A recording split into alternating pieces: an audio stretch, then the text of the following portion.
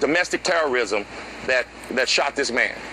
And Ernest, I want you to go back to what you were just saying about you saw these officers protecting black people, since so many of the demonstrators were black people. And they talk about the way the officers reacted to the shooting. As soon as they heard the shots, what did you see officers doing?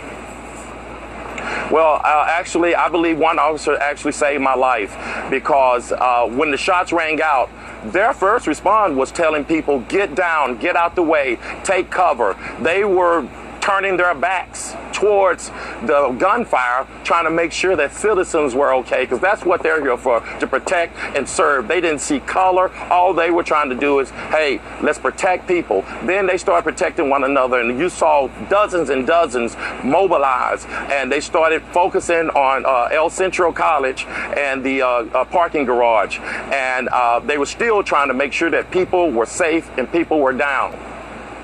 Let me talk to young Ernest for a second. Did you have any encounters directly with police officers during this? Any communication with police officers? I saw the entire city that just sprung into action. Every police car that they could find just was racing down the streets to get to the center where all this was going on. And from hearing from stories from some people, police officers pushed them out of the way of bullets. There were some officers that even blanketed some of the protesters to keep them out of harm's way. So this was just an all terrible, tragic event, and it was just a shock to everybody that this happens. So my son and I came up with a saying, back the blue, but still remember the two, because the reason for this protest was about those two young men who lost their lives senselessly, and now Dallas has another stain on its record. We got through the JFK thing. It set us back. John Hinckley Jr. was from University Park when he shot Ronald Reagan, and now this.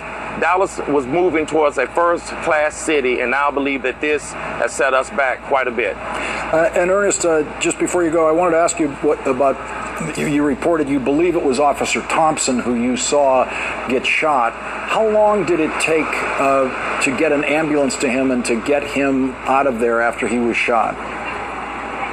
They couldn't do it. I seen them, once they shielded him, they rolled him over and his arms were straight over his head, and he was lifeless. He was lifeless. I mean, he just dropped with his arms spread out.